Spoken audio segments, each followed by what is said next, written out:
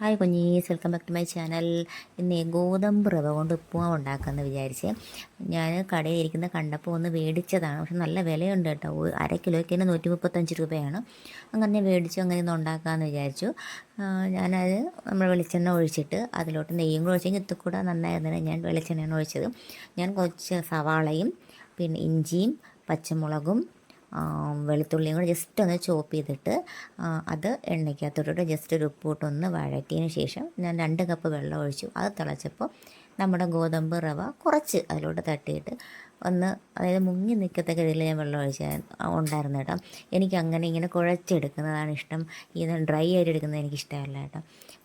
പക്ഷേ കുറച്ച് ഉപ്പിൻ്റെ കുറവുണ്ടാകും. ഞാൻ കുറച്ച് ഉപ്പും കൂടെ ഇട്ട് അപ്പം നല്ല ടേസ്റ്റ് ഉണ്ടായിരുന്നു ഗോതമ്പിലുണ്ടാക്കിയത്. കുറച്ച് തേങ്ങയും കൂടെ കുറച്ച് മുകളിൽ ഇട്ടിരുന്നെങ്കിൽ അടിപൊളിയായിരുന്നതിന്, നല്ല എത്തിക്കൂടെ ടേസ്റ്റ് ഉണ്ടായിരുന്നേനെ. പിന്നെ ഞാൻ ഇതെന്ന് പറഞ്ഞാൽ എനിക്ക് ഓർഡർ ഉണ്ടായിരുന്നതാണ്, ഞാനങ്ങനെ ഉണ്ടാക്കി വെച്ചേക്കുന്നതാണ്.